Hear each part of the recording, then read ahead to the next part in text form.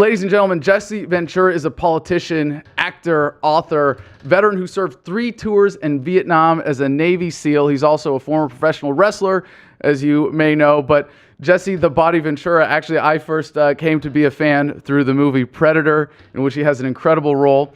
He was more important than any of this, however, the 38th governor of Minnesota from 1999 to 2003.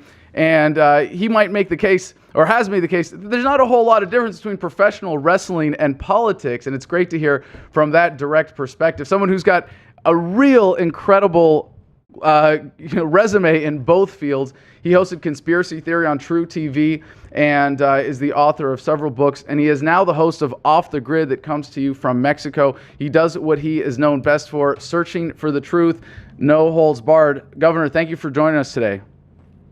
Thanks, Adam. It's great to be here, but I do have to correct you a little bit. I had two deployments overseas, a 9-month and an 8-month. And it was at the end of the Vietnam War. In fact, my second deployment, they had already pulled our commitment out of Vietnam, and so we actually went to Subic Bay in the Philippines, my second deployment overseas, because that was way back in 72, 73, then. And you took a lot of lessons from your experience. Can you tell us about what the moral of the story is and how it's applicable and influences you today? Well, I think what I took back from my experience during the Vietnam era of time was that we were involved in another useless war that couldn't be won, that there was nothing the military could do to be able to really declare victory. And it was at that time that I've taken with me a very anti-war position because of the fact that I don't ever see anything accomplished by all these wars we get into. Well, now a lot of people are really excited, having seen your record of doing that, having seen your record of telling it how it is, and having exposed so many government lies. People are getting excited that there's the possibility of Jesse Ventura run for president in 2016. Can you give us your thoughts on that? Well, I would say the possibility is close to slim to none because, again, I have to do it my way, and I won't do it with a political party, and the difficulty comes in getting ballot access. You know, I would require to get ballot access in all 50 states, and then there has to be a guarantee you'll be in the debates, because if you're not allowed in the debates, you stand no chance of winning. And if I were to run, I would run to win. I don't run just to make a statement, I run to win. But I really, since I don't belong to a political party, I've got no infrastructure in place to do it. I really don't think that any run for the presidency is feasible. But then again, it's America, home of the brave, land of the free, and they'll surprise you every now and then. Yes, and going into 2016, it seems like more and more Americans are looking for that. They would rather have an independent such as yourself and someone who is as fiercely independent as yourself committed to this race. Do you think there's a certain appeal to that, especially at this day? Oh, there certainly is an appeal to it, and let me put it to you this way. If I got the ballot access in all 50 states, and if I was allowed in the debates, there is a very good chance I would win. Absolutely. Because that's what happened in Minnesota. I was polling 10% at the primary. 8 weeks later, when I was allowed in the debates, I was the next governor of Minnesota. So the chances you could win are very good, but here's the problem. The problem is the Democrats and Republicans control the whole system, and they control who gets to debate and all that. If you notice, we've never had a third voice in a debate since 1992. I was about to mention Ross Perot and the fact that he was able to pull this off, and that more recently even we saw Congressman Ron Paul as a grassroots candidate within the Republican Party really establish an incredible base of support. And you have a lot of fans who are also fans of Ron Paul, who are very libertarian, who are looking at you right now as someone possibly to get behind in 2016 because they've seen that Rand Paul is not his father and would rather play the establishment games than speak to the message that we are so passionate about. But there's a lot of scrutiny as well coming on you for a couple of your positions from libertarians. I'd like to play a clip. This is an interview from Crossfire. It's the law. That's right. How can these guys defy the law? The law is passed. Both houses passed it. Do you think they're afraid it's going to Supreme Court work? has said okay. Yeah, the And there was president a signed it, presidential and the election on it. Supreme Court said it's fine. Do you think they're afraid of it working? Yes, and the thing they need to remember, this is Obama's legacy. So if it's so bad, why don't they hang him with You it? don't think there's a contingency? So it would appear to a lot of people casually listen to this that you're trying to defend Obamacare. What is your take on that and your justification of it based on it being passed by both houses of Congress and the Supreme and then approved by the Supreme Court? Well, my position is really simple. I believe that in a country as rich as the United States, if you're sick, you should be able to go see a doctor. It's that simple. Now, how you want to get there is up to you on achieving that. But I think in a country like ours, you should be able to go to the doctor now. Is Obamacare good and perfect? Absolutely not.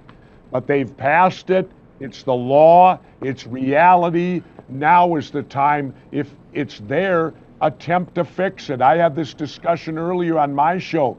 And people think in 1 year the government's going to get it right. I got news for them. In an economic thing like this, it's going to take at least 5 years and constant work upon it. And to sit and just tear it apart and throw it out, the baby with the bathwater, well, look at it this way. Every congressman and senator has 4 choices of government-run health care. The military has government-run health care. If it's good enough for them, it ought to be good enough for us, or get rid of theirs too. So is that your preferred scenario, that we get government out of healthcare entirely, get rid of it for the military and for Congress and make them buy it on their own on the free market? Or do you not have a problem with government in theory taking over or even having some significant role in the healthcare industry? Well, let's remember this. Certain things in the private sector need to be regulated. We saw that in 2008 on Wall Street. When they took all the regulations off Wall Street and let that capitalism run amok out there, you saw what happened. Rape, pillage, and plunder. We all got robbed. We all lost wealth. And that was with pure... So you have to regulate even pure capitalism. You can't just let it run amok, or what happened in 2008 will be repeated again. You don't think that any of those legitimate problems that you point out were caused by government intervention or regulation in the first place, and the government support of the banking system through the Federal Reserve? And then just as a follow-up to that, are you saying that the answer to that is more government, that you prefer government regulation to market accountability? Well, I prefer somebody regulating them from stealing. It's that simple, because if you take the handcuffs off Wall Street, there'll be nothing but pyramid games and all of that nonsense that will rob us blind, and the rich will get richer and the poor will get poorer. Well, you understand that the power that Wall Street has largely comes from the Federal Reserve creating money out of thin air, that is what is stealing the savings and wealth of the American people. Why would you then turn to the group that is government that is responsible for this massive theft that steals from us through the IRS and ask them to tell them to regulate Wall Street? I'm not turning to them, but they are what they are. They exist and they're real. We got to deal with them. Now, are they the best thing available? Maybe not, but it's going to take a while to get away from that. I mean, they are entrenched. Do I agree with the national bank or like we have? Absolutely not. Our Constitution says there shall be no central bank. And until we can't just literally, they're too entrenched to destroy the central bank. We have to erode away from them and create independence from them the same way we got dependent upon them. Well, I hope that it would start by turning away from government for these solutions when we have free market alternatives, such as to regulation, providing market accountability. But that is taken from us when we turn to government, when we depend on government, and when we ask them to regulate, because, of course, they always regulate in favor of their sponsors and never the people. But I think this gets to... Sure. What it all comes down to, Adam, is the system they've created there of bribery. Yes. You know, they've created a system where bribery is alive and well. If we do it in the private sector, we go to jail. We have to, and the way to solve that, like even with the current Supreme Court thing where corporations can give money, they can buy the elections and all this, there's a way to even survive that. And that is to pass laws that every candidate is responsible for every dollar they receive when they run for office, and that they must fully disclose. That's where I come up with my laughable thing. We should make all candidates wear NASCAR suits so that we can read who owns them. Like when you look at Jimmy Johnson, you know that Lowe's is the biggest sponsor of Jimmy Johnson, the great NASCAR racer. But open disclosure can help solve this problem of this underlying bribery that goes on. And everything comes back to that. We have a system based upon bribery. In the private sector, if you do it, you go to jail. In the public sector, it's alive and well. Pay them off, bribe them, and they give you what they want, what you want. All right, Jesse, I really appreciate being able to get into these issues with you, and speaking to someone who is as frank as you are is always refreshing. But there was a question that you were asked on your show that this is from Aura.tv, where you have your producer Ricardo asking you the question. Ron Paul, Adam Kokesh, libertarianism. Say it isn't so, Jesse. I've been listening to you for years, but didn't think you were sympathetic to. I've been listening to you for years, but didn't think you were sympathetic to libertarians. You do realize that anarchy, as a libertarians advocate, would result in a wet dream I like libertarians. I'm a libertarian myself. I just say that I'm a small L libertarian, not a capital L, because some libertarians I've met truly almost believe in anarchism, that there'll be no government whatsoever. There's no public ownership of anything. And I realize in a civilized society, you must have government to a certain level to make it work. And so I like to refer to myself as a libertarian small L. I have great libertarian traditions of smaller government. I don't believe in the social program or the anti-social programs like the Republicans. You know, I believe in freedom.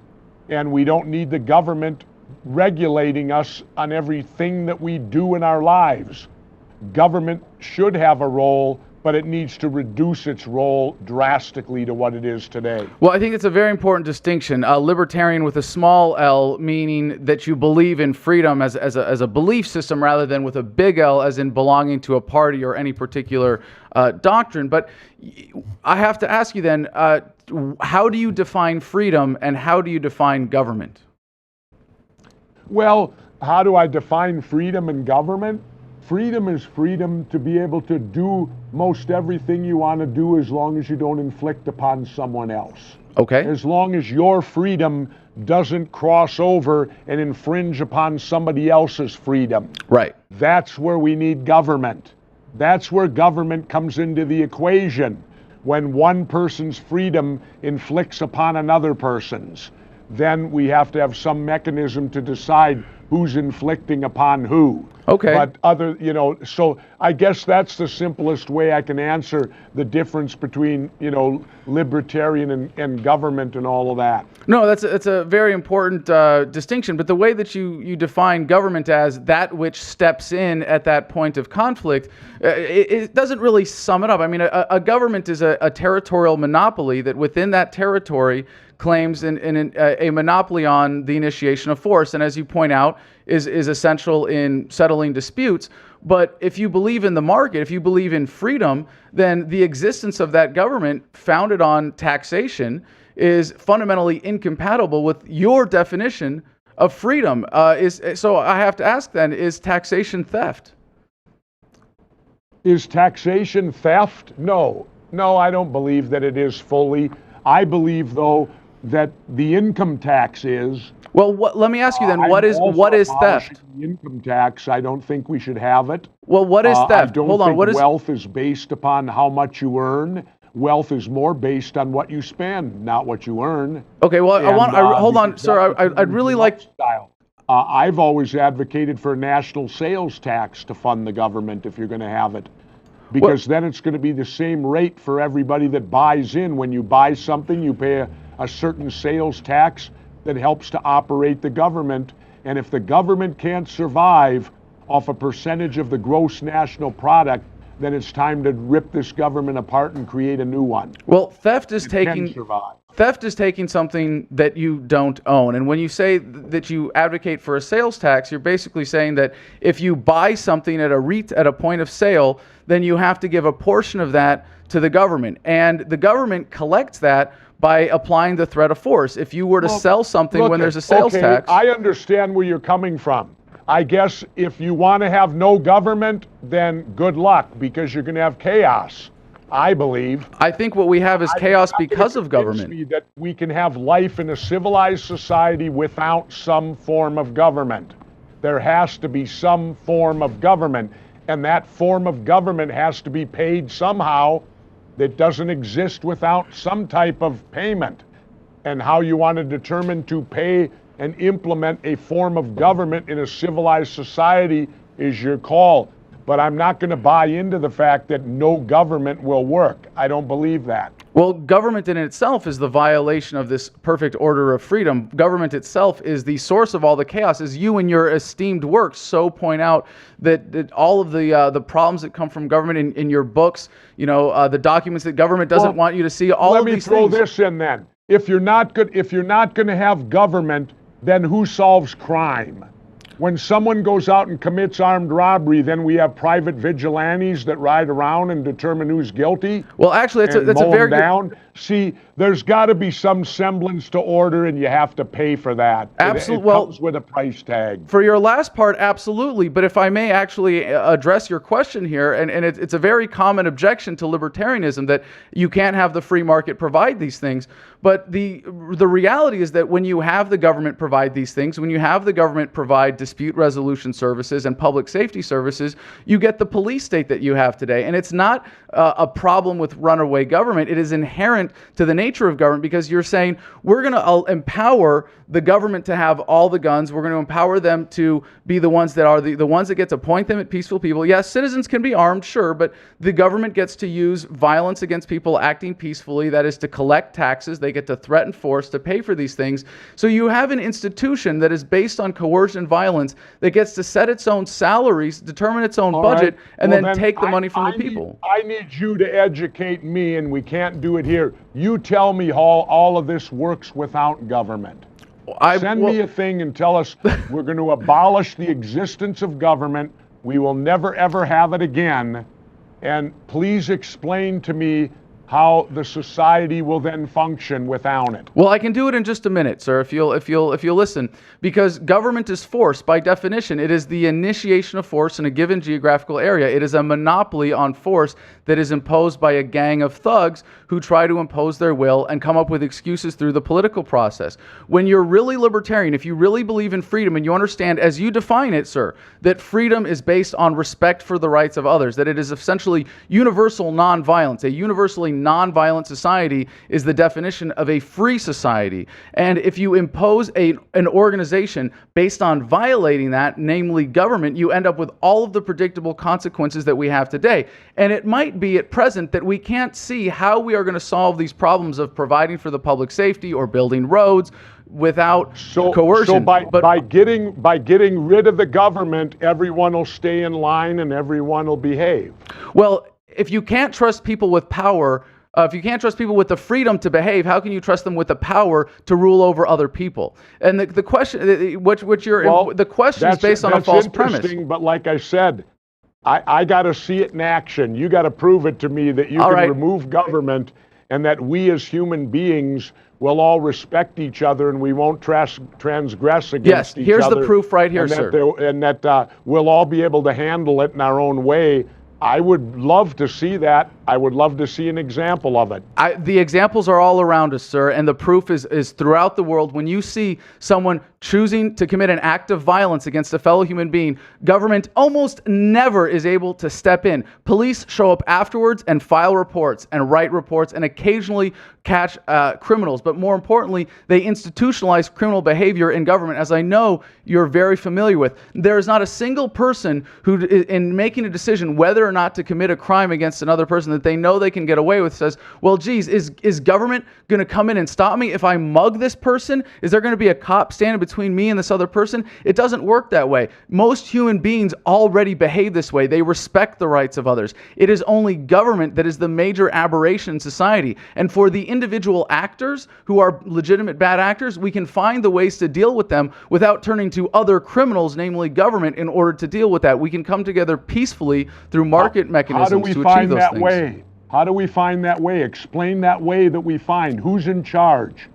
Who is in charge to make that decision? I'm in charge of myself as an individual, and I get to choose what services I support with my money. I don't get to force anybody else into this. It is morally wrong if you see someone committing a crime to say, well, we have to do something about it, therefore I'm going to steal from a bunch of other people through government in order to hire someone to go after them. You can persuade them, you can bring them into it through respect for their freedom, but it makes you just as much a criminal as the criminal you're trying to stop when you say, well, let's turn to government and an institution based on crime in order to achieve that. Well, I think you and I will differ slightly on that, because I just believe the population is too large. There's too many people out there to put it in the hands of every basic individual to behave correctly. They're not going to do it. And somebody has to, I just don't see, I think it's a utopian viewpoint to believe that we can all live without some type of, in a civilized society. I just can't, you're going to have to educate me on it. Well, I actually think it's quite utopian to think we can have a government and expect peace, that we can entrust all the power and put all the guns in the hands of a limited group of people and some capital and say, now please limit yourself, limit your size. And I think it's really sad I'm not saying that. You're putting words in my mouth on that one. I'm not saying that. Well, what is you're advocating for a limited government that has the power to tax, and you're hoping that it's going to be able to limit itself. Is that incorrect? You're advocating for no government at all, and you say it will work. There will be no government. We will all just make up our own minds and do our own collective thinking, and we'll all work out our own problems. Hey, if you can do it, that's wonderful. Good luck. Well, I think if anything, we see how government is exactly not working. And it's really sad that a lot of people have been convinced that human nature is so bad that we need government, that we've been convinced to be so afraid of each other that we need this institution. I would hope, especially someone with your background and your vast body of knowledge and your incredible experience, would be able to see that this is just another piece of government propaganda to say that you're dependent on them. And it's exactly the same as Obamacare or with any other government service. Government says, if it wasn't for us, you couldn't do this, you couldn't build the roads. And people say, well, we need government, and then we accept all the consequences. I'm not dependent on anyone. But again, like when I was governor of Minnesota and I started talking about transportation issues, the libertarians booed me. And I said, you don't think there should be any type of public transportation? No. I said, well, how'd you get here today? Well, we drove on the highways. What do you think that is? And if you're going to rely on privatization of everything, you're going to have a toll every 500 feet. Because everyone's going to want to make money on their piece of the land, and there won't be any public domain, no public government ownership for the good of all. Everything will be privately owned, and therefore I can charge anything I want to cross my privately owned land. I really don't think our economy will do very well under those conditions. Oh, well, let me ask you a broader question about policy then. Where do you draw the line as to what is and is not an appropriate function of government? Well, you draw the line on how people vote on it and the laws that they elect their officials to vote in. See, ultimately, all the blame of government comes back to us because we're not vigilant, because we don't stay on our elected officials, and that we don't pay attention. But if we're vigilant and pay attention, the simple fact is we're the boss, because our money pays for government to function. We have every right to know what our money's paying for. So therefore, we've lost sight of the fact we're the boss and they work for us. They've made us believe that somehow we have to kowtow to them and that they are the bosses. And that's essentially, I think, that's what's gone sour in today's day and age, is our forgetting to believe that we are the boss and they work for us. Well, you know, there's this alternative system where you get to be the boss all the time, where you get to, exert your preference with every decision. How can you have a world of all bosses? When every human being asserts their right to be free. Utopian thing where all of us will be our own individual boss. Well, I got Is that news utopian? For you. Is that There's utopian? Gonna be conflict of interest. Heads are going to Sure. butt. Sure, but is And it it has utopian? nothing to do with government. Wait. You're saying that it's utopia now, and maybe this is getting to the crux of things in terms of our views of human nature. You're saying that it's utopian for every human being to be the boss, to be free, to be the alpha of their own lives? No, I'm saying that you're going to have conflict of interest because if we're all the boss, if every one of us is our own boss, what happens when two bosses have a difference of opinion? Well, how is it settled today? I mean, we're all bosses now. Sure. We're all bosses. Yeah, so and as we're all long as in we charge. respect that, that's the point. That's what we're working towards. My man here, Abraham, he and I have a difference of opinion and we're both bosses. How do we resolve that difference when we're both bosses? Peacefully, cooperatively, and if you disagree, you walk away without violating their right as the boss of their life. How do you have a business? How do you have a business where there's workers and the boss? They're saying, how do we have? Are you saying how do we have businesses without government? Be the workers, and the boss is in charge. The workers have to do what the boss says. Well, in an arrangement like that, the worker is the boss of themselves, and they voluntarily enter into an employment agreement in which they are exchanging labor as directed by the demands of the person paying for it for money as supplied by the employer. It's a pretty simple free market concept. You don't need the government for that. But why do you have to do what he says? After all, you're individual and you're your own boss. You don't. You can walk away at any time. You money, yes. He can buy you off with bribery, and you'll do what he wants simply because he pays you? No, that's a free market exchange of value. You can walk away at any time. You are being paid for your labor. That's the foundation of the free market, is that we are able to exchange what we own, ourselves, our labor, for money. And how does one survive at that if you are your own boss and you never take an order? So therefore, who's going to hire you when you're going to do it your way or the highway, and no one's going to lord over you and tell you what to do because you have the freedom to walk away? Well, just because... How are you going to survive off that? Okay, well, you're really conflating things here, because just because you're your own boss as an employer or as an employee and you're able to say, I can walk away at any time, doesn't mean you're not going to take orders in terms of an order for where you direct your labor. And if a boss says you're going to do this or I'm not going to pay you, that's just how the free market works. That's how lots of companies work. You've run businesses that way, and it doesn't mean that you have any particular violent or forceful or coercive control over your employees. I hope your producer in the room right now is not being held hostage at gunpoint. I hope you have a voluntary relationship with him and you pay him for his labor. I'll tell you what, money corrupts and people will do a lot of things for money. So if you're going to rely on honesty and money, again, I think you're talking utopia here. Well, honesty and money, yes, very important issues for government that it clearly subverts. So you think it's utopian to actually respect the fact that everybody can be a free, beautiful, independent human being? You put a lot of words in my mouth. Well, I'm asking, a realist. Sir. I understand what I live in on a day-to-day basis, and I'm realistic about it. And I understand, having been in government, that getting them to change takes years sometimes because it's so big and so bureaucratic, and there's so many of us. And to simply say, okay, we're throwing government out now, there won't be any government left in the world today, and everyone's their own boss and you can do what you please. I gotta wait. Can I sit back somewhere and watch all this come to fruition and just observe it all and see how it all comes out? Well, actually, sir, I think it's already happening, and in a large part thanks to you and your incredible work of waking people up to the nature of government. A lot of people have realized that relationships based on peaceful cooperation, as you describe in your definition of freedom, are superior to ones based on coercion, and that we should, by moral principle.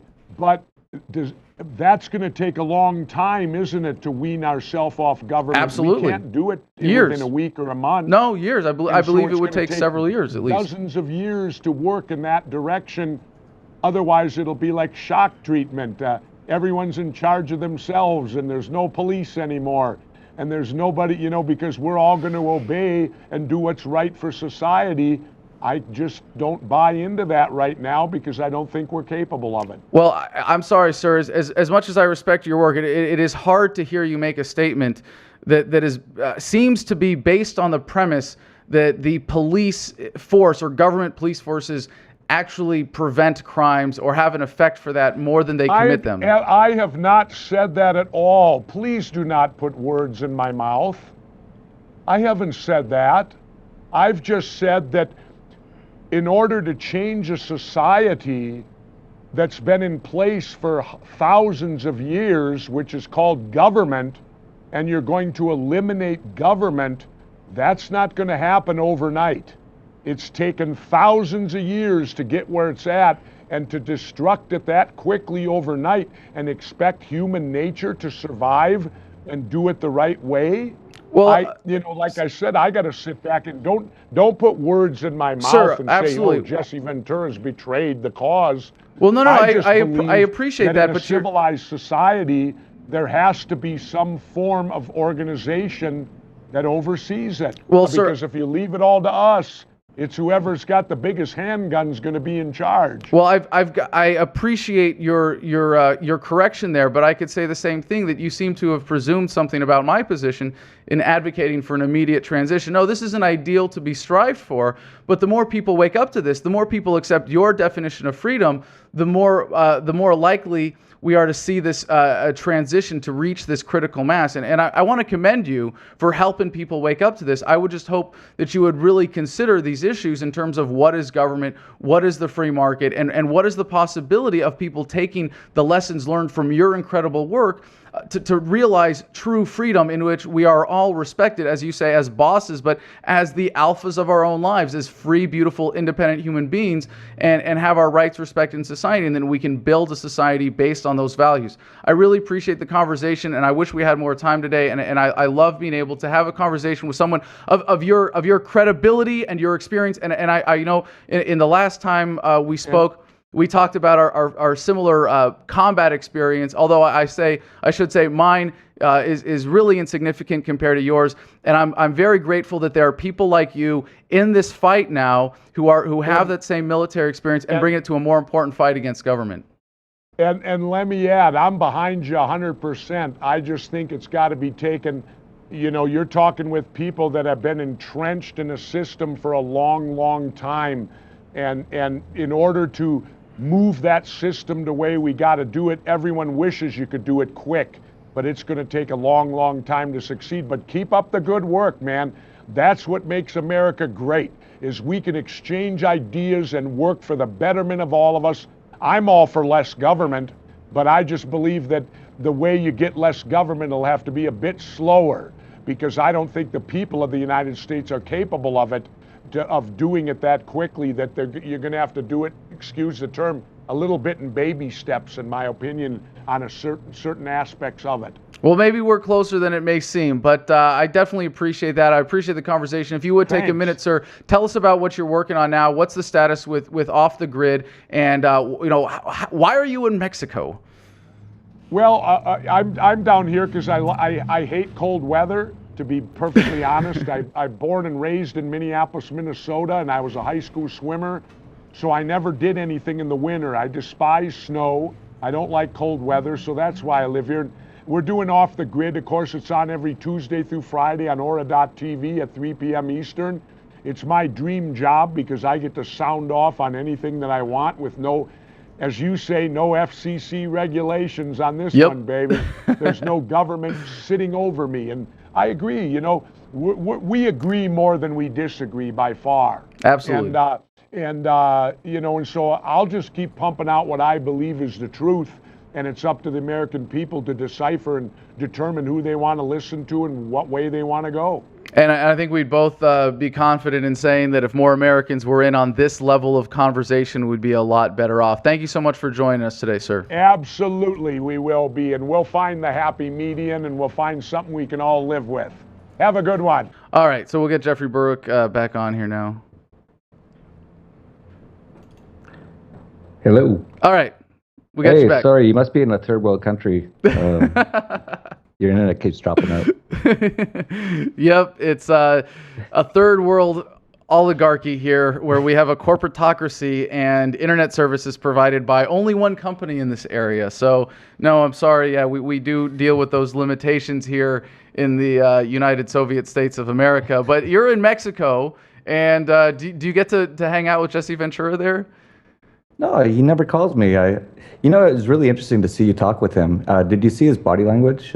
He was almost shaking, and he's like twiddling his fingers, like he's almost catching on. And no disrespect to Jesse. Like I think he's done some great stuff in his life, and I think he's on the right track. I don't think he's heard these concepts before, which is interesting. And he said it a few times. He said this is going to take a while to change. No, this is happening in real time. The internet is changing everything, and you're one of the big parts of that. I don't mean to keep boosting your ego, Adam, but no, you're doing an amazing job of spreading this new culture, this new wave of ideas that is moving beyond that. We need an overseer, as Jesse said. Oh, like you and me, like, we won't disagree on anything, I don't think. So that's why I was actually hoping you were talking to Jesse more, just to because we're not going to disagree on anything. But it was just funny to see him say that we need an overseer and all that. And but that's all the past. Jeff, I didn't want to keep you waiting too long, honestly. I mean, if we had to bump the governor to bring on the dollar vigilante, I can deal with that. It's certainly an honor as always to talk to you, given your.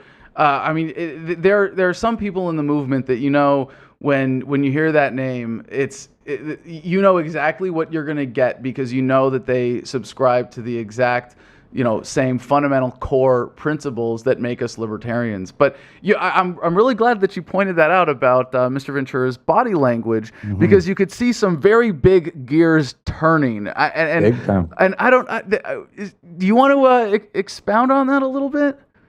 Well, to me, it was just interesting because, he's older. I don't know how old he is. I think he's 60 or 70, maybe. I don't know. He's older. So he's come from this sort of past, and he's got his own experiences, which is totally fine and totally normal. But I think he was almost like, you could just see in his body language, the way he was acting, like he was like, whoa, people are saying this now. Like what he was saying was like, this is going to take centuries because we've had governments for thousands of years, which is not very long really in human history. But the internet's changing everything, and I see it all the time. I think it's beautiful. I was just so much enjoying you talk to him and the way you communicated with him, because you were very polite, and I think that's how we have to be, right? Because some people haven't heard these things exactly how we're saying them yet, and if we're going to yell at them like on CNBC or any major media station in the U.S., they're going to turn us off. But I was just totally enjoying watching you talk to him. I did get a sense that he was at the end of his patience for that. But you're right. And now I just looked it up. He's only 62, so okay. A lot of good years ahead of him. Certainly close enough to his prime that he's probably going to make it to longevity escape velocity with most of us. You're familiar with that idea, right? Yeah, I've heard about it. I don't really want to live forever. Well, hold on. Maybe we'll come back to that. Hold on. That's the best thing that we should be talking about right now. Does Mr. Berwick want to live forever? But Mr. Ventura certainly has a lot of good years ahead of him, and it's really exciting to know that he is now being confronted with these ideas, and he's open to them. He's thinking about them. He's got his definition of freedom right, and that's really the first step, right? I mean, if you can define freedom and government properly, right away, you're an anarcho-capitalist, true libertarian. There's no way around it. If you understand what those are and you can define them and see that there is inherently a contradiction, then there's no other way of looking at it other than that government is fundamentally incompatible with freedom, and that at very least we should be striving to achieve that. But I think as you know, anytime you violate that, introduce coercion, you take society down from its ideal of a voluntary society. So, but hold on, Jeff, I gotta say, you've got a new set you're coming to us with today. You've got the dollar vigilante action figure sitting there. Now, there's only one thing missing from this guy, though. I mean, it looks like he's wearing the same shirt as you. But you're not wearing any pants under the desk. I can just barely see through the glass. So that's actually true. Your action figure. I mean, it's a good thing your mouse pad is right there. But your action figure is missing the cigarette. What's going on, man? Well, that's actually a 3D selfie, they call it. It's a company called Me Creo. I just did it 2 days ago in Toronto. They did it in about an hour. And they actually told me they couldn't do the cigarette because the technology isn't quite there. It'd probably break off. It's too small. But maybe in a year or two, we can have a cigarette.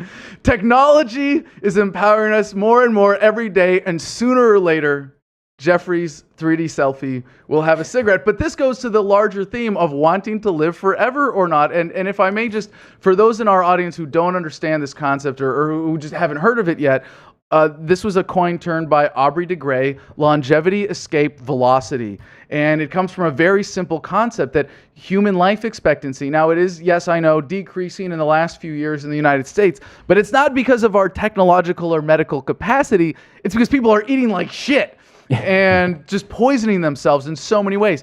Our potential life expectancy, as dictated by what we are capable of through technology and taking care of ourselves. And here you go back and take the long view and go, yes, technology includes agriculture. Life expectancy went up radically when human beings developed consistent ways of feeding ourselves, right?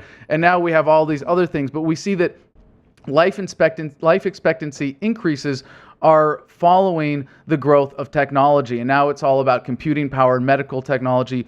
And as soon as life expectancy hits the point where it's going up more than 1 year per year in those terms, nobody dies of old age anymore if they don't want to. By the time someone who's young and healthy today, like ourselves, gets to be 100, they'll have cured all the diseases that 100-year-olds die of. When you get to 200, all the diseases that 200-year-olds die of, and so on. So this is a reality, and even if it comes to, eventually it means you have to upload your consciousness into a computer or a robot, who knows, maybe that's what the end game of this is, I don't know, but at least preserving our physical bodies, we are at the point in human history where if you're young and healthy today, you can choose, if you're successful, if you have access, so on and so forth. Yes, there's some caveats, but you will be able to choose whether or not you die of old age. But clearly from your consumption habits there, it's clear that you don't want to live forever, Mr. Berwick. I don't actually, and these ideas are kind of new to me, and actually Doug Casey was the one who talked to me about this, and he was sort of saying, wouldn't it be great if we could live forever? And I don't know, I kind of like that there's an end. I just think about myself, like I'm 43 now, talking about age with Jesse there. I'm already getting a little bored with sex with girls, and not to say that I want sex with boys or animals or anything, but like I can only imagine like 300 years from now, if I'm still alive, like what's going to turn me on a little bit, you know? If you're getting bored with sex, Mr. Berwick, you might be doing it wrong. I'm not saying I'm bored. It's not as interesting as it used to be when I was 20. It's just sort of like eating now. This How is old something are you I now? do. I'm 43 now. 43. Okay, so you got just over a decade on me. You're kind of scaring me, dude. Because Yeah, watch out. I think there are pills for loss of interest in sex. I'm pretty sure there are pills for that. I've got Viagra. I've got all that stuff. It's not about that. It's just like. Imagine of course, if you're in alive 200 Mexico. years. Wait, you're in Mexico. You can get whatever you want at the corner pharmacy, just right? No anything you want restrictions here. or on the whatever. Okay. Yeah. And just imagine, like 200 years from now, what's going to turn you on a little bit, right? I kind of like there's an end, but I might be wrong on that. And, I like that you're always testing people. I like that a lot. And I really haven't thought this out too much. Actually, Doug Casey was the one who told me, he said, well, if you live forever, but if you want, you can kill yourself. Right. And I said, okay, well, that's at least an option. So that's good. At least it's a free market option. Well, now it's going to come to a conscientious choice, though. Now, this is really important now because I'm very excited by this. I love being alive, and I don't want this to stop. I want the roller coaster to keep going forever. I don't ever want to get off. And I know that not dying of old age is not the same as immortality, and that's not exactly what we're talking about here. But now you've put this in different terms here that really kind of hones in on this, because say you get to be 100 and you're dying of kidney failure, just whatever, some organ failure, something. What's that? I'm gonna act like Jesse Ventura here. You're making me think. Good, good. All right. So if that's the case, though, you're dying of an organ failure. You're 100 years old, and we've been able to 3D print a replacement organ and or grow it from stem cells, and bam, You're just crazy. like We that. need someone to control our 3D printing. Okay. So anyway. I'm trying to act like Jesse here. So. All right. So Jesse Ventura references aside, when you come to that point, you're 100 years old, and you can snap your fingers and say, you know what, give me the new organ. Are you not committing suicide by saying, you know what, let me just die naturally? Well, I guess if we got to a point where we could actually rearrange our brain so I can just sort of get excited about things I used to be excited about. Actually, I might be talking crazy here. You're actually making me think. Like, I feel like Jesse Ventura right now. You're like making me think. This is really cool. I don't know if I want to die or if I want to live forever. I don't know. But obviously, I haven't killed myself yet. So I must want to be alive right now. Right. That's all I really know. And when you get to be 100 and you can replace all your organs with new ones, you will also have the ability to probably control the chemistry of your brain and tingle your little excitement center by pressing a button whenever you feel like it. So if that's the case, are we making this idea sound a little better for you, Jeffrey? It's interesting. It's definitely interesting. Like, I obviously wouldn't be here right now if I didn't want to be here, but yeah, no, it's very interesting. This is a very deep topic about life. What is life, right? What is it about it that we want, and what do we want in life? And this gets back to freedom concepts and all that kind of stuff. But here's a question for you, Adam. All right. Okay, let's say we have a completely anarcho-capitalist world, and so there's really not much crime, not much poverty. You can live forever. What would we do? Because you wouldn't have a job. Well, not this job. Yeah, I'd be out of a job. I mean, well, really, you would turn to this technologically archaic form of entertainment and distraction at that point when I have nothing to say about how we achieve a more free society. Yeah, no, I would hope that at least my intellect, whatever it is that I am able to produce, is always of some value to the market. I think it will be, but you're right that we come to this point. That's an interesting question, though, right? Because, like, what is it that you're doing right now in your life that makes you happy? And I understand what you're doing. You're trying to spread freedom, but let's imagine that we get everything we want. Right. Well, like, I'm trying to imagine that. What would we get excited about? Because there'd be nothing to change, right? Well, or maybe we become communists or something, and like, like, let's change this to another.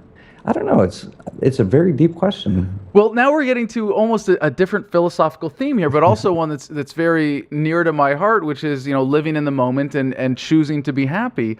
And I do want to say I'd like to commend you for your general attitude that you bring to your media production. You're not one of these doom and gloom conspiracy theorists, or one of these, we all have to pick up our guns and confront the government, although that has its value. But you're not one of these doomsdayers. You're very upbeat. You enjoy your life. It's part of what you do, being the dollar vigilante, being in Mexico, helping people expatriate and live freer through international diversification. I mean, you offer very important services, but you also are you're a happy person, and I think happy people capable of choosing to be happy, to live in the moment and say, I'm going to be happy right now because I feel like it, because I want to be.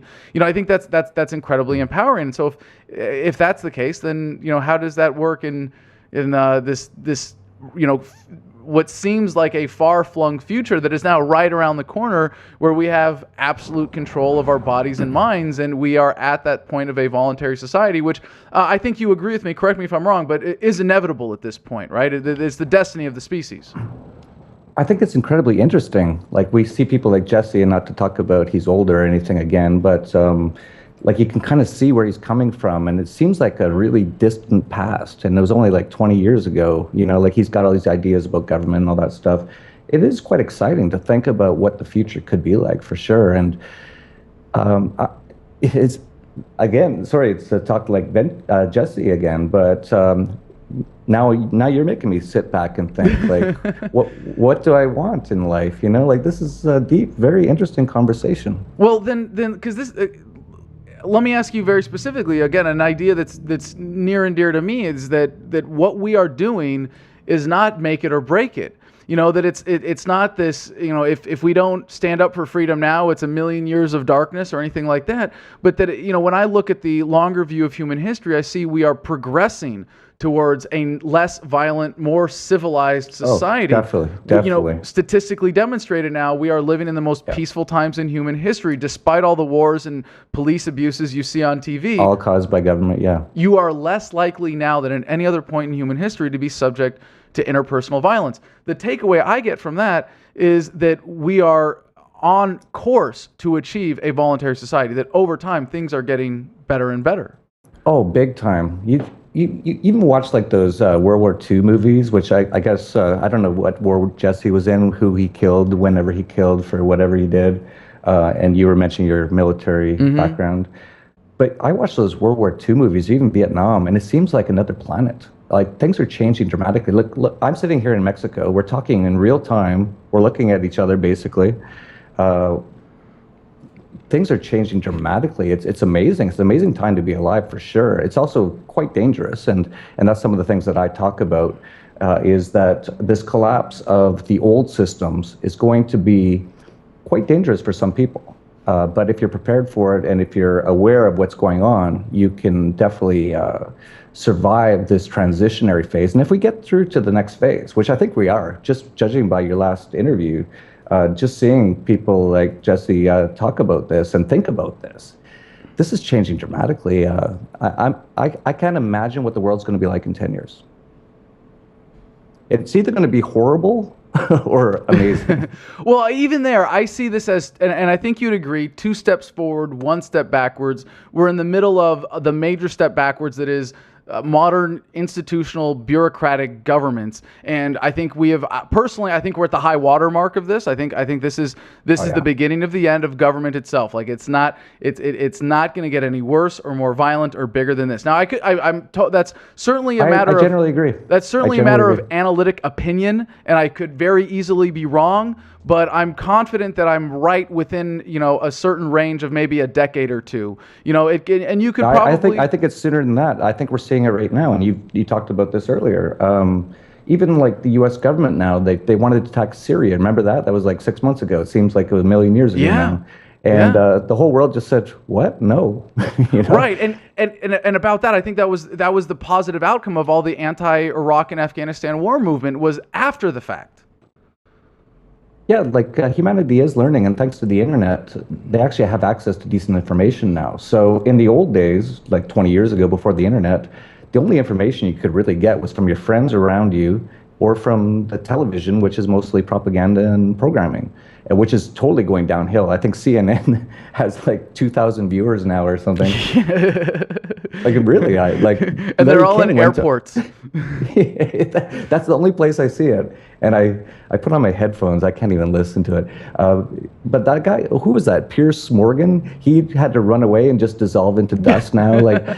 Like things are changing. This is beautiful. It's great. Yeah, the old that's a great case study that you mentioned. The short-lived media career of Piers Morgan in the United States getting, I don't know, I'm sure there are a lot of people who would like to say that Alex Jones and his minions helped chase him back across the pond. And there's certainly some truth to that, but you're right to point out that it's part of a much bigger thing. So I want to go back to this, though, rationally analyzing the problem, since we seem to be on the same page, at least close enough in terms of what anarcho-capitalism is, what freedom is, what government is, what it means to be libertarian, where we're going, where we are, and we like to ask the question, what is of a statist, right? What is and what is not appropriate for government, right? Like I asked Jesse, where do you draw the line? So I want to put you on the spot here. Go ahead. You want to comment on that? Oh, definitely. There's no role for government. It's a crazy idea that was mostly just in the 20th century. Here's the really cool thing. If you think back to the 20s and 30s of the last century, communism and socialism was just this new idea. And I bet if I was around during that time, I would have bought into it because it sounded great. Given to others, or whatever the whole slogan was. It sounded great, but we've seen enough evidence now that it doesn't work. But there's really only about 5 or 10% of the population of, sort of thinking areas that bought into this. And the whole 20th century was very socialist, very communist, very collectivist. It's all the same thing to me. This century already, we're only 14 years in, is already turning very anarchist, and it's going to be amazing to see what happens. It's beautiful. Well, thank you for that answer, not just because it was such a beautiful answer, but because it perfectly set you up for my next question, which is then, and if you'll allow me to ask this in a bit of a drawn-out manner, the question is, where do you draw the line for life, for giving up, for saying, at this point, I'm gonna let go, I'm gonna commit suicide by not accepting this organ transplant? Because as you said, there's no role for government, and it's kind of a 20th century idea. Couldn't you at the same time say there's no role for suicide? There's no role for voluntarily accepting death. That if you believe in humanity marching on, if you believe in the virtue of being alive and the human struggle and everything that we are living for and human happiness and fulfillment and all of these things, there is no role for voluntary death. There is no role for suicide. It is a 20th century idea when now in the 21st century, escape from old age is upon us. What say you? Well, like I said, it's very interesting, very deep. I like how you make people think. I'm still here, so I obviously haven't killed myself yet. I must like it, or else I wouldn't be here, right? It's my voluntary choice at this point, except for governments who try to every now and then kidnap me or beat me up. But yeah, it's a very interesting topic. I wish I was deeper on this. I can talk a lot more about anarcho-capitalism or libertarianism or Austrian economics. You're actually making me think about things right on the spot here. I must like to be here, or I wouldn't be here. I don't know how long I want. I always like the idea that it ends at some point. Like, don't you? Or No. no? Okay. No. Interesting. No, never liked that idea. Life ending. No, sorry. Well, I know we've got a lot. I liked it because I always kind of like just live like hardcore. I always like that idea, like when you're in your coffin, like you want to just have the body that's just been completely wrecked and ruined, and just you had fun in your life, right? But like what you're talking about is this is something that would never have been talked about, I don't think, in the last few thousand years, really, because there was no options for this kind of stuff. No, and it's actually kind of surprising that people didn't see this coming until relatively recently, because you could have predicted this, pretty easily from putting things together. Maybe if agriculture was your only data point, it would be a little tough. Maybe if all you had was, well, then there were vaccines, you might go, well, I don't really see where this is going. But now, you've got this really nice exponential growth curve in technology and medical advances and everything else. So now we know it's inevitable, and we have to face this. We have to be, I'm not, we don't have to think about it. You don't have to decide now. But every human being who is young and healthy and alive today is, maybe not, obviously not everybody if you die accidentally or from some other disease, but the vast majority of people on the planet who are young and alive and healthy today are going to be facing this question. Do I allow myself to die naturally? Is that suicide? Or do I press the button and say, you know what? No, I'm going to keep going here. So Jeffrey, thanks so much for joining us. If you would please tell us about your media operation and where people can find out more about what you're up to with the Dollar Vigilante. Sure, thank you. It's just Dollar Vigilante. If you went to public government school, you probably don't know how to spell that. It's just $vigilante.com. And I also do anarchast.com, which you've been on a few times. And keep doing the great work, Adam. I've been loving what you're doing. I'm so glad to see you free-ish at last. Thanks, brother. I went to government-run school, so don't talk too much trash. Some of us are better now. Ladies and gentlemen, Jeff Berwick, the Dollar Vigilante. All right. We've got, I know we've got a lot of people waiting to join us on Skype, and we are going to get to that and talk about get your take on, whether or not you want to live forever or at least escape dying of old age. But we do have a couple news stories I want to get to today. So we're gonna at least hit some high points on what's going on with the Obama administration and some new hypocrisy. I mean, if you didn't think the drug war could get any worse, it has. And we see this It's really, really laid bare in the latest coming out of the Obama administration today. From the Telegraph, U.S. Attorney General Eric Holder admits using marijuana. Oh my God, the shock. We couldn't possibly allow him to continue on as Attorney General, right? But now this is really just disgusting. There's no other way to describe this. Claiming he had been advised to characterize his dope smoking days as youthful experimentation when applying for government jobs, Mr. Holder said he had felt uncomfortable jailing youngsters for marijuana possession while serving as a judge. Yeah. He added that he was cautiously optimistic about how the decentralization of the drug war was proceeding in two states which legalized, the decriminalization of the drug was proceeding in two states which legalized recreational sales of marijuana nearly a year ago. Of course, this hasn't stopped him from doing lots of other things that if he was uncomfortable at that point, he would have been uncomfortable with everything else that he's been doing as Attorney General.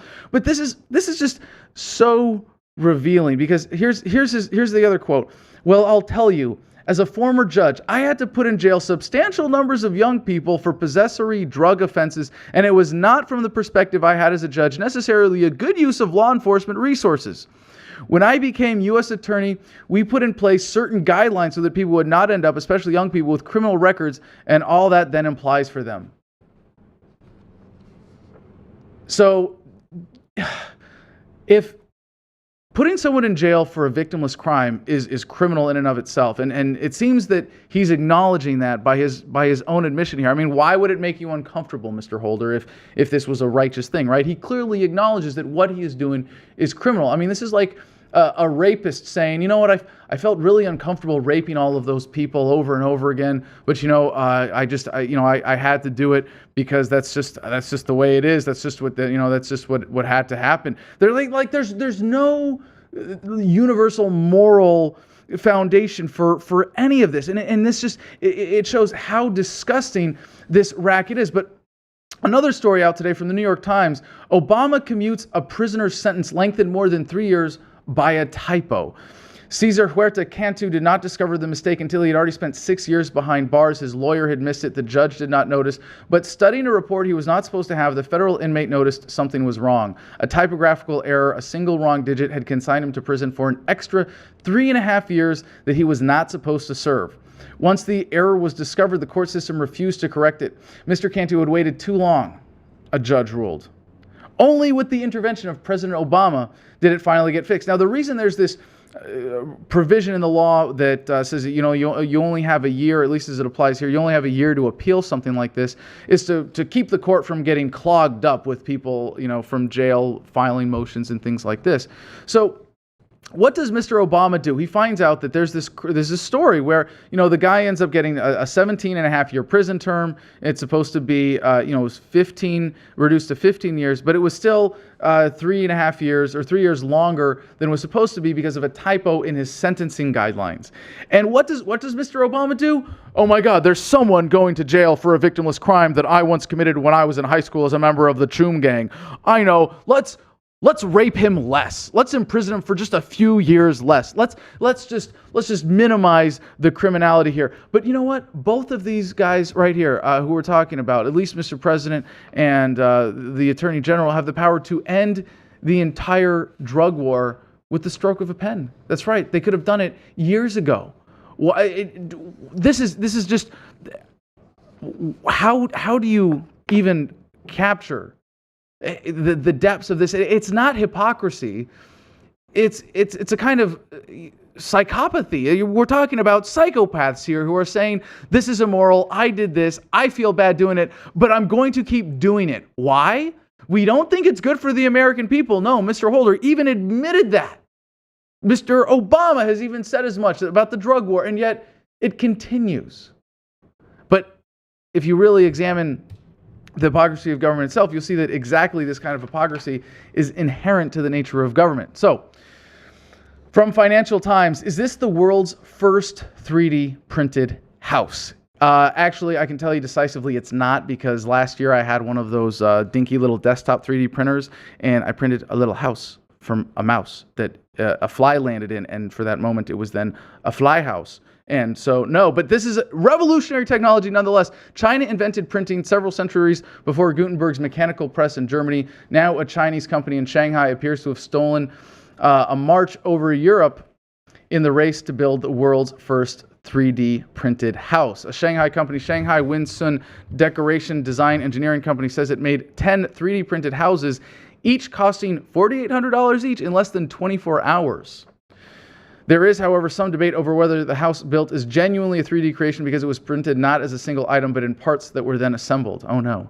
A 3D house under construction in Amsterdam may therefore have a chance to claim the world's first mantle, but it is not scheduled to be finished until 3 years' time. Now, we've seen this technology. Obviously, we all know what 3D printing is. You can have some liquidized medium or medium that is made in a way that it can be injected. Sometimes I think back to, actually it was about a decade ago, I had a friend who worked at Los Alamos Laboratory, and the very first 3D printing was with lasers in a suspended medium.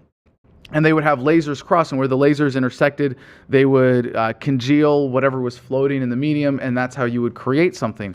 But is it a 3D printed house when you print the walls and then put them together? But it doesn't really matter because there are already plans, as this article mentions, for DUS architects. And I know there are other people throughout the world that are working on this, developing large-scale 3D printers that you could literally just drive up to a property and then, boom, they poop out a little 3D printed house, and there you go already. And you can just walk into it and live in it. That's what we're coming to. And it's really exciting to see that, not just construction in the housing market becoming more widely available, housing prices maybe not coming down because the market is inflated, but our ability to manufacture, driven by technology, still accelerating despite the current economic situations in the housing market in the United States. What's right around the corner with 3D printing on a massive scale is going to change everything. All right, so we're going to go now to Skype and see if we can get some callers on the line here. I know we've got a lot of people. Wow, holy crap, we got a lot of people stacked up here. We've got Clint calling back. Let's see.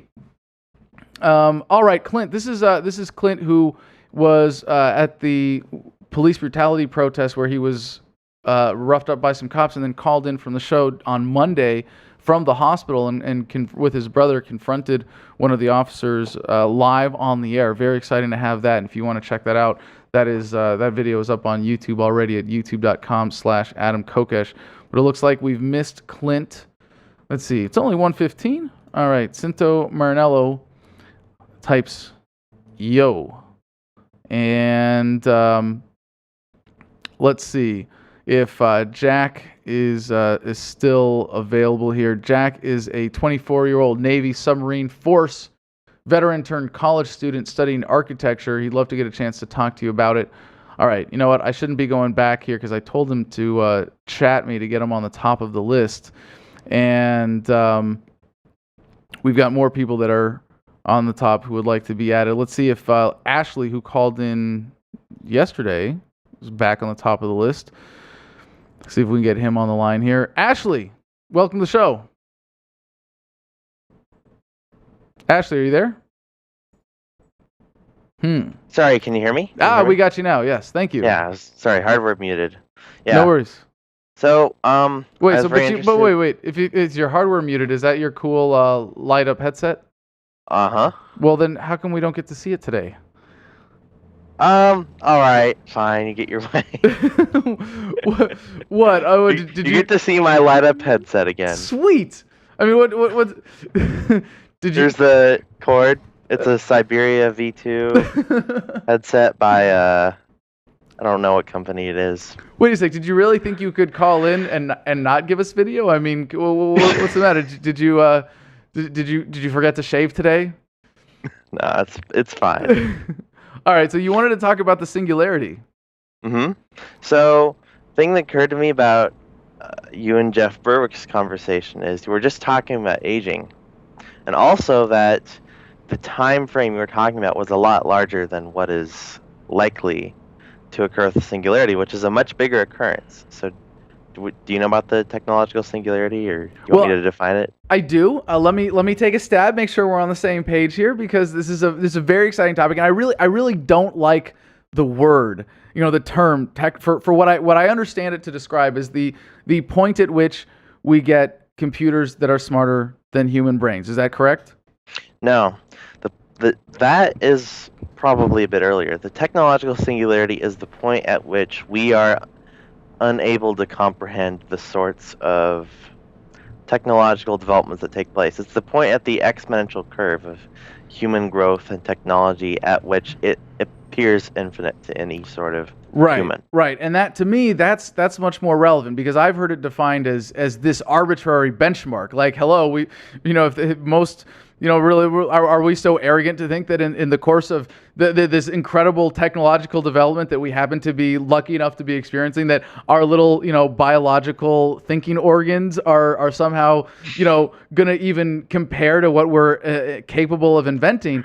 And that definition of the singularity certainly has a lot more appeal to me, because what's exciting to me is not this arbitrary point at which computers are smarter than humans, but when we have such mastery of our environments through technology that technological development almost becomes irrelevant. And I think the way you describe it really kind of captures that. Is that fair?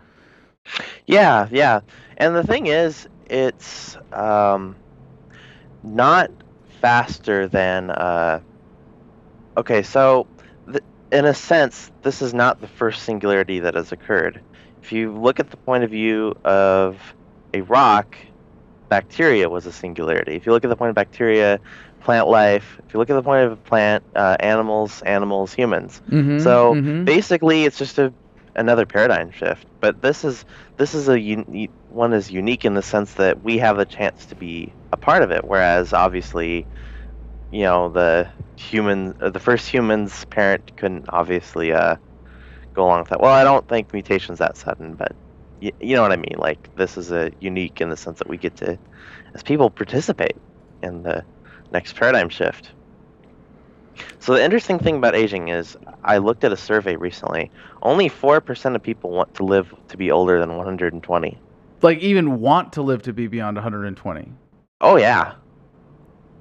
And I was shocked. And the funny thing is, like, 80% of people think other people want to do that, or they think that most people want to do that, or something like that. Basically, I gotta just clarify here.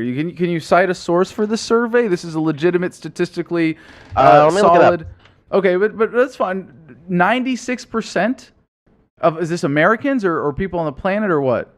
It was Americans. Here, I found the survey. It's National Journal, or at least that's one of the sources. Nice. Okay, no, it's fine. So, who conducted it? There you go. All right. Okay. So I can pull up the link here from the Skype chat. Sure. Nationaljournal.com. All right. Let's see. So most Americans don't want to live forever. Now this is really interesting, and this gets to the heart of the matter, because do you agree with the way that I described this to Jeffrey Berwick, that basically if you have the ability to extend your life and you choose not to, if there's no consequence, like, and now this is, I say it this way to separate it from the case of, you're dying of cancer, and in order to extend your life you have to be on chemo and be miserable. That's not what I'm talking about, because that's not where we're going with this. It's when you have absolute confidence that you are going to maintain your quality of life exactly as it is, if not better, by staying alive, and you can push a button to do it. Would you do it? And if you say no, you're essentially committing suicide. Is that do you think that's a fair characterization? Actually, yes, by definition, but I think it's a valid preference to choose to die. I mean, just like anything is, as ANCAPs. Sure. As ANCAPs, we respect people's political right to do it, but I think we need to go a step further and respect people's preferences on a personal level. Like, this is your business. Oh, absolutely. We're not debating that. We're not debating that at all. I think calling it suicide has this emotional charge to it. It's like you're accusing someone of something, and it's no, absolutely not. I think now let's take that. Well, we can work on terms and make sure that we're clear, but suicide is simply deliberately choosing to die and engaging in that act yourself. If that has certain connotations, in the ear of the beholder, then that's their problem as far as I'm concerned. I'm not trying to demonize this. Maybe I am. You know what? Let me step back. Maybe I am. Now, and I don't want to force anyone to live. Okay, I don't think we have to like debate that. You own yourself, you own your body. You want to destroy it, you want to take risks with it. Totally fine, totally up to you. You want to stab yourself in the ear with an ice pick? I'm not going to, well, I might try to stop you if you were just doing that like right in front of me on my property. I'd say, go do that somewhere else. But like, I'm not going to come into your home and stop you from doing what you want to do with your property. Now, if it's my ice pick, that might be a different story. But I don't want to get brains all over my ice pick. But this is, if living is virtuous, and choosing to not live with no other considerations is not, then maybe we can objectively say that this is wrong, that this is a bad idea. Maybe we can demonize suicide. And I don't mean, like I said, I don't mean the act itself, but as we are talking about it now and the situation that so many people will be facing in the next few decades. I mean, in a sense, people are already starting to face this when, it used to, when we had life extending technologies for cancer patients that made them miserable, right? And you're on chemo and you have no hair and you're in pain for the rest of your life but you can live longer, right? Well, now, do I spend all this money? Do I exert all this effort in order to get this next surgery? Or do I go through all of this? Do I jump through all of these hoops to get a replacement kidney from a donor or whatever the case may be, right? And there are people that are making the choice, in a lesser sense, do I choose to die versus putting this effort in? But eventually, that effort is going to be reduced to nothing because of the singularity or because of the increase in computing power, right? We're on the same page there. So maybe we should examine this in the present. Is it from an objective perspective? Is it not wrong, but is it if you don't have some specific consideration, if you know that your quality of life tomorrow is going to be at least as good as it is today, is it wrong? Is it, and obviously it's not morally in the sense of violating the non-aggression principle or someone else's rights, but is it wrong from a point of, objectively what is optimal for your own human happiness to commit suicide? Well, I think it's important to note that we aren't objectivists. And see, here's the thing. Demonizing it won't convince people. It will just make them more stubborn. And rightfully so. When you try to make someone think something or do something like that, I think it's a natural, good instinct to be Hold on a second, resistant. though. That's fine. If we can... Hold on a second. Ashley, you just hit on something really, really, really potentially very useful here for the freedom movement, for those of us who care about establishing a nonviolent society. So you're saying that all we have to do to get rid of the irrational statists is demonize suicide and tell them not to do it, and they'll all eventually kill themselves out of spite. I'm saying that demonizing things won't work in general. Well, it's quite possible. Hold on. It's quite possible that would work for 96% of the population. Anyway, I've got this survey pulled up. Can we get into this for a second? Sure, yeah. Is there anything you want to point out from this? From the survey? Yeah. Well, I'm looking here. Okay, so it says most Americans would not want medical treatments that would slow the aging process and allow them to live for at least 120 years. 56% said they wouldn't. 38% said they would. At the same time, 68% of Americans think that most people would actually want to live that long. A solid 69% of Americans see an ideal lifespan being between 79 to 100 years. Now, see, this is where, just to be precise, I think you misread this ever so slightly. It's just 4% of Americans see an ideal of over 120 years. That doesn't mean when they get to that point, they're going to be like, oh, you know what, I'm 120. I've passed my ideal lifespan. Let's end this thing. Forget it. I'm out of here. I'm 120. Screw this. No, it is an important distinction, but I am still surprised that how many people do not want this treatment. Yeah, I'm looking at the original poll. Apparently that was an article discussing it. So, I mean, look at that. But first, I want to interject and say it's more useful to explain to people, just explain to people, first of all, funness. It's not like, okay, you're going to be 120. You're going to have the same brain or lesser as you did now when you're 18, 40, whatever. It's that there will be drugs and implants and everything to enhance your capacity to enjoy things. Jeff Berwick here is complaining that he can't enjoy sex. I mean, if you zoom, He's only 43. if you zoom out, that's such a boring thing compared to, I don't know, building a galaxy or something. Yeah, no, Which- and that's what we're coming to, right? Yeah, maybe at some point, sex will seem relatively boring because we've come up with so many more exciting things to do with our robot brains. Like, you're right, build galaxies or populate the universe, or who knows what else we can the devious human mind can come up with.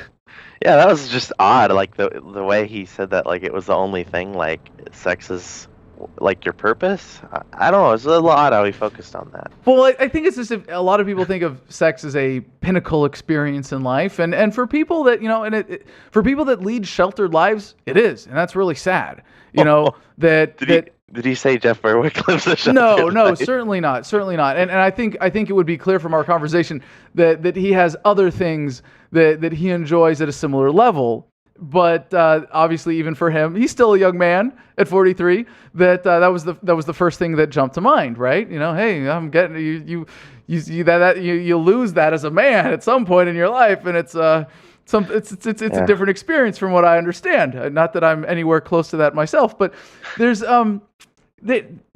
so much more. You're right that we're capable of enjoying at that state. So why you think the only reason people respond to the survey this way is because they're not when you ask someone off the street just out of the blue, hey, do you want to live forever, or hey, do you want to live past 120, they think, well, I'm going to be hunched over with a cane, decrepit, and my brain's only going to be half functional. And we're saying, no, that's not what we're talking about. We're talking about you live at the full quality of life, at least some vibrant level of health, correct?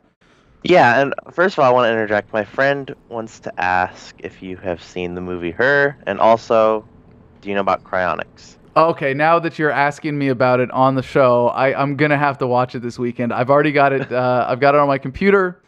I won't say how it got there, but I know it is on my queue to watch that movie. I understand there's a lot of sometimes good things come out of Hollywood in terms of making people challenge their assumptions. But I know I've heard of cryogenics. I know the concept. I've seen Judge Dredd. Have you ever seen Data, a Robot? Oh, My and friend Idiocracy. Idiocracy, even a better movie to mention in this context, right? Cryogenics and Idiocracy. Oh, Date a Robot. Sorry, have you seen that? Date a robot? No. Oh no, sorry, that's not what I was asking. Would you date a robot? Would I date a robot? Yeah. Would you date man. a synthetic life form? I See, guess? now I'm afraid to answer in case there are any ladies listening in the audience who might take this answer the wrong way. But, well, you know what? I can say that, I think I can say that I wouldn't, because while my temptation is to be like, well, duh, if all of my needs are met, obviously a robot's going to be, at some level more capable of doing all of those things than than a female would. But for me, and I think I would hope for everyone who wants a fulfilling, richer relationship, part of it is relating to someone who is not you, who is not controlled by you, who is an independent consciousness. And then I go, well, could you make that in a robot?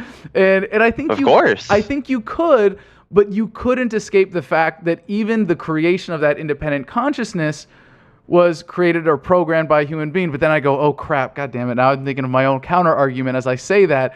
And it's, well, is it not the same thing when we create a life through, biological sexual reproduction? So I don't know, man. Wow. Now you're making me think. You're putting me on the spot. We got callers calling in, putting me on the spot like I was putting Berwick on the spot, pointing out how I was putting Jesse Ventura on the spot. It's this crazy Adam versus the man logic chain. How is this happening? Yeah. What's your answer? Would you date a robot? Yeah, I don't see a difference. I mean, see, here's the thing. We have to be careful how we define that. I would date a robot that had an identical external human anatomy at least. Well, right. We're assuming when we say robot, we don't mean like a computer box with arms sticking out of it and a little floating head. No, we mean like we're talking 20, 30 years down the road where we have the micro technology where like individual cells are programmed and you have something that is, indistinguishable on the outside, at least, from a fellow human being, correct? Yeah. Okay. Of course. I mean, we're not discussing technological fetishes here. We're discussing, whatever. All right, cryonics. My friend You'll wants have to fuck that machine when we come to that bridge or whatever way we can mix up that metaphor. Yeah, it's a long ways off. It's a long ways off, Ashley, but we can dream, right? Mm-hmm. So cryonics. My friend wants to bring up cryonics again. What do you think about cryopreservation? Preserving your brain if you die and your brain isn't damaged. There are many groups such as Alcor. And here's the thing: the state's response to this is disgusting and primitive. That if you do it before you're considered legally dead, it's considered suicide, and they'll pick you apart, destroy your brain, confiscate it. No, it's like an autopsy, and they consider it suicide, and like all sorts of other little state issues when the technology is there and overwhelming and the people are demanding it and it's obvious that it's available, the government's going to have to get out of the way, and I think that's kind of in a way true about all technological development. You can sign up with Alcor for like $20 a month with your life insurance. It's like $20,000 total, and you can wait. If this is already happening. Oh yeah, it's been around for decades. I mean, it's been getting better. It's not very good, but the odds of a really, really high-tech society being able to revive you, I think, are much higher than, of course, if you're dead. Hold on a second. I'm sorry I missed this. I totally missed this. You're saying that right now there are people who, when they die, because they paid their insurance company a little bit more money, $20 per month, they are already having their brains removed and frozen in case in the future they can be brought back. A, yes. B, not $20 extra a month. I mean the total cost if you paid it up front would be $20,000. Oh, $20,000. Yeah, big difference. Okay, fair enough. But no, I mean you pay $20 a month, or you can pay up front and $20,000. I'm just saying the cost. Okay. Oh, okay. Okay. So that's cheap. Very reasonable. Very reasonable. But now there's no guarantee, right? Oh no, and especially, I mean, your brain will last for like a day or something, decaying, and in some state. So like if you die and you get found in the ditch the next day, there's a good chance you'll be able to be revived, and of course they'll be able to repair brain damage. And the good news is, since you have video of yourself and you're on the internet, it will be able to analyze your behavior and such and probably work out, okay, this person wouldn't do that, and fill in the blanks, based on other information. My friend's saying that's probably wrong. All right. Well, so there's regardless of the immediate circumstance of this technology, we're at this point already where, like, say, sorry, your brain would decay after an hour. Oh, after an hour. That sounds more like it. But regardless, we're at they work quickly. Right. We're at this point technologically where people are already having their brains frozen. So when like 30 years from now, they start thawing people out and they go, all right, we figured this out. We can recharge your brain and we can put it into a robot and you're going to be brought back to life. There might be people like at the very early stage of this that like weren't quite captured properly, right? Or like brains that were captured before 2010 are just sorry, we didn't have it right then. I just want to draw this one scenario. It's a last in, first out service, yes. Basically. Okay, right. Last in, first out. So just to make this clear though, so like 30 years from now when they start doing this, you could have someone who comes back to life in a robot going, oh, wow, I'm back. Now, where's my wife who died a year before me? And they go, oh, she didn't make the cutoff. Technology wasn't there. Her brain's in that jar over there, and it's no good anymore. Sorry. Yeah, the most important thing is to talk about it with your family, your significant other, any friends you might have, and do your best to convince them. Best yet, if you can screen, if you're dating and stuff, screen to make sure someone will agree to do it, so you don't end up 30 You'll years be all later. alone. Well, Now, I think here's the about other- stuff like this, and it's like, are human beings capable of dealing with these situations? Because right now, most people are hearing this and they're going, "Oh no!" Like this has been a really mind-blowing episode of Adam versus the Man so far. Like really, really stretching things. Like Jesse Ventura was the warm-up to all of this, but in a sense, you wonder, can you deal with it? Is there a point at which like the human mind is just, no, can't deal with it, these unnatural biological situations? And I just remember yesterday reading the headline, like there was a couple in Australia who was doing in vitro fertilization at a fertility clinic, and they had twins from the wrong couple. Like there was some mix up. And so at some point, there's this meeting like between the mother who's carrying someone else's children going, so how did we get here? What do we do now? And I had this moment reading that story, thinking that's got to be a really amazing conversation. But I think also that again, just the technology and the connectedness and all the ways that we're learning to communicate, we're going to be able to deal with all of this. But it's certainly a brave new world right around the corner. Ashley, thanks for calling, and we're going to get to some more callers now. Yeah, one more thing. Well, I guess I can talk to you about it later on Facebook, but I was going to suggest you start an after show to discuss this sort of thing. Well, we'll have the chat up on adamversustheman.com/live, hopefully any day now, and people can continue the conversation there. Yeah, I don't know. I think you should have it an edition because it's such a big topic. So, well, we'll keep taking calls until I get tired of talking about it then. So thanks so much, Ashley. We've got some chats lined up here.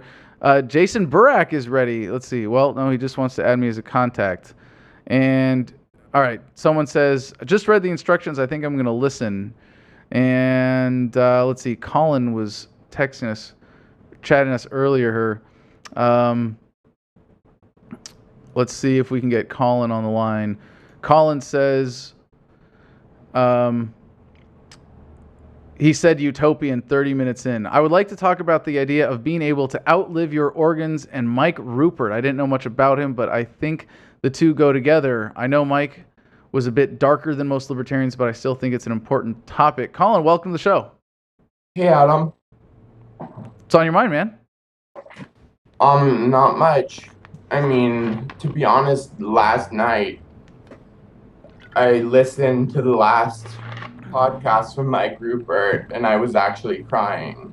I mean, I understand the whole concept of, people want to die and they have the right to, and this guy, obviously, he was a really dark person, but I mean, I saw some really good things in him, like the fact that he was a whistleblower to the drug scandals in the 90s and that sort of thing. That makes me really idolize a person.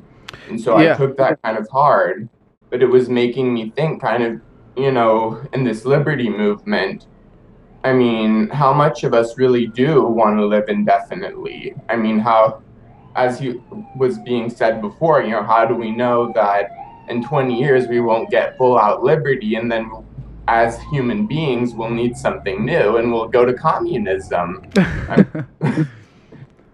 I don't. Well, no. I've thought that one through. That's not the concern at that point. The question is, what is the next frontier for advancing humanity, and how do we define that? And hold on, I like to riff on this for a second because it's a very important topic in light of everything we've been talking about on the show so far. If we see the establishment of a voluntary society as, and I think most people who are libertarians, and there are some libertarians who go like, yeah, that's nice, I believe in that, I agree with you on everything, but that's not that important. We need to stop the wars first, and let's that comes first, and that's a totally separate thing. Or first we need to eliminate poverty by X, Y, and Z. Or first we need to, first thing we need to do is cure AIDS. Whatever the case may be, there are people that have different priorities.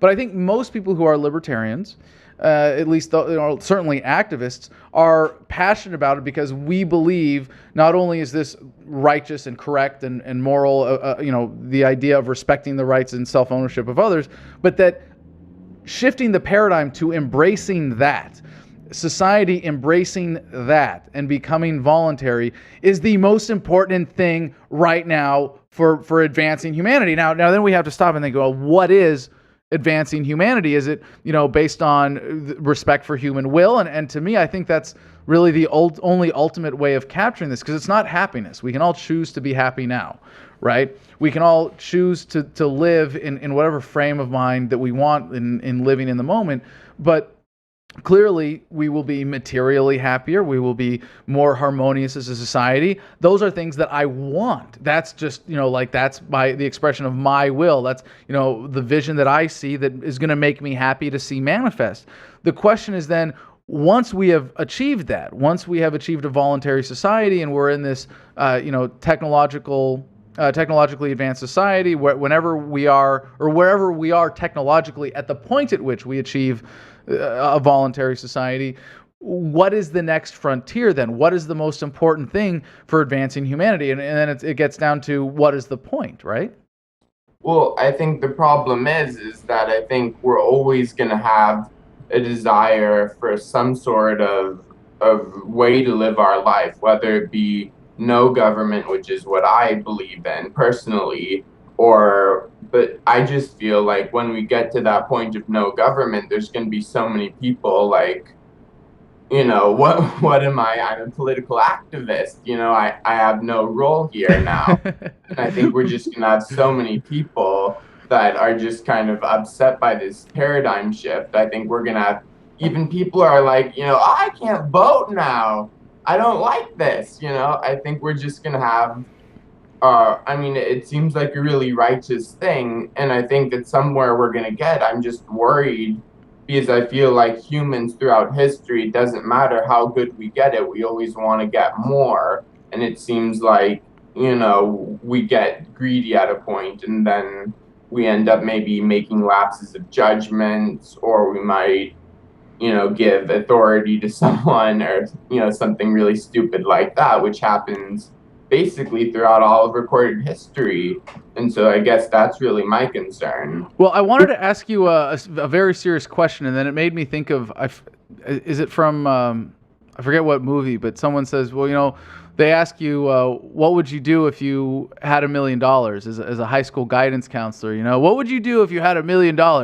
And someone says, well, that's a bullshit question, because then nobody would be a janitor, because no one would clean toilets if they had $1 million, right? Yeah, what a lie. But I want to ask you, because this is soon becoming a relevant question. And one of the things Peter Joseph got very powerfully right in his Zeitgeist sequels, although he got a lot of things wrong, was that we are coming to what could very well be described as a post-scarcity economy, that human productivity is increasing exponentially and it's about to go off the charts. And we're already at the point where, for a lot of people, if you really don't want to work, but you want to survive and comfortably live with food and water and shelter and indoor plumbing, like, you can do it. You can get away with it. I mean, in a way, welfare is like a temporary, product of this, where really it should be voluntary, but in a sense, we are already at this point where lots of people can not work and don't have to serve anybody else but themselves. And in a way, this is kind of a return, in a sense, to a state of nature where everybody can homestead and everybody's capable of feeding themselves naturally.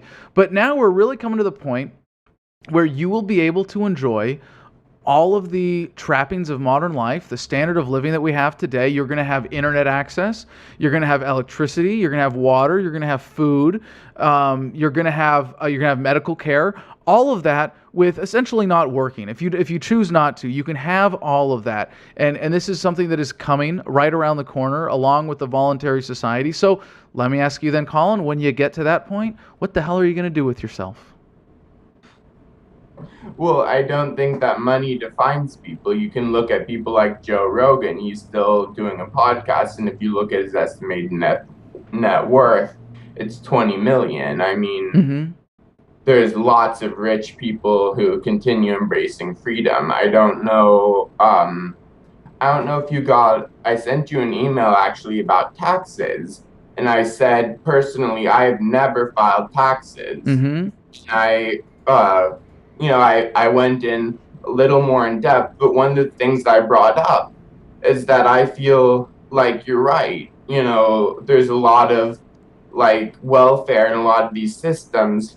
What my argument is that if we eliminate taxes, a lot of these business ideas that don't have high enough profit margins, if they're getting, say, 40% of their profit taxed, their net worth. I mean, there's a lot of ideas that maybe people, who are disabled, who can maybe even just ship from their home, could resell things and actually be able to get a profit margin they could live off of.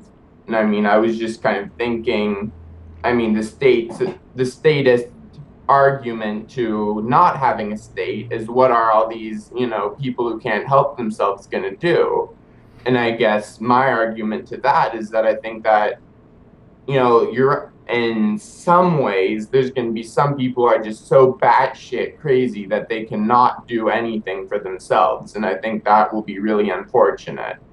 But I think that we're going to find a lot of people a lot more able than, they are today. I think that, if we were able to allow even a 10% profit margin increase on a lot of business ideas, they could actually be feasible. Okay, but let me turn you back to this. If you had, I mean, if it's maybe it's a dumb question, but if to try to put it like this, but if you won the lottery today, what would you be doing tomorrow?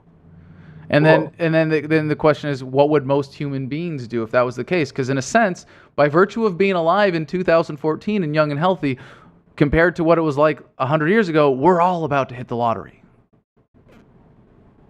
Yeah, that's true. I mean,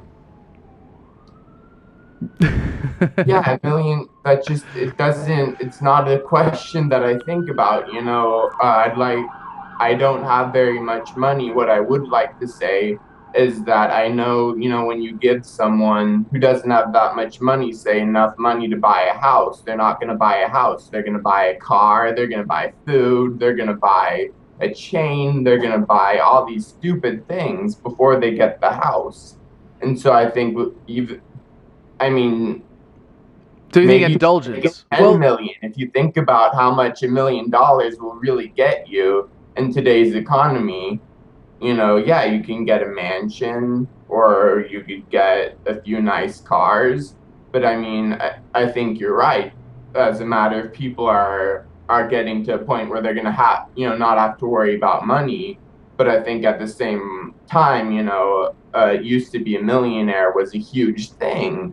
And now $1 million, yeah, you can open up realtor.com and probably find houses in your neighborhood selling for $1 million. But what happens when you eliminate government, right? And so land is freed up to homestead, and everybody has a 3D printer, and because their neighbor printed it for them, and everybody has solar panels or whatever it is that gives them unlimited energy, and you can do whatever you want on your land, and you can go homestead a piece of property and do whatever you want. You can 3D print that car, that luxury vehicle. You can 3D print, whatever other, trappings of wealth. Maybe at that point we've got molecular 3D printing, and you're 3D printing gold too. Who knows? Maybe like that's if people want the shiny yellow metal, like that's all there.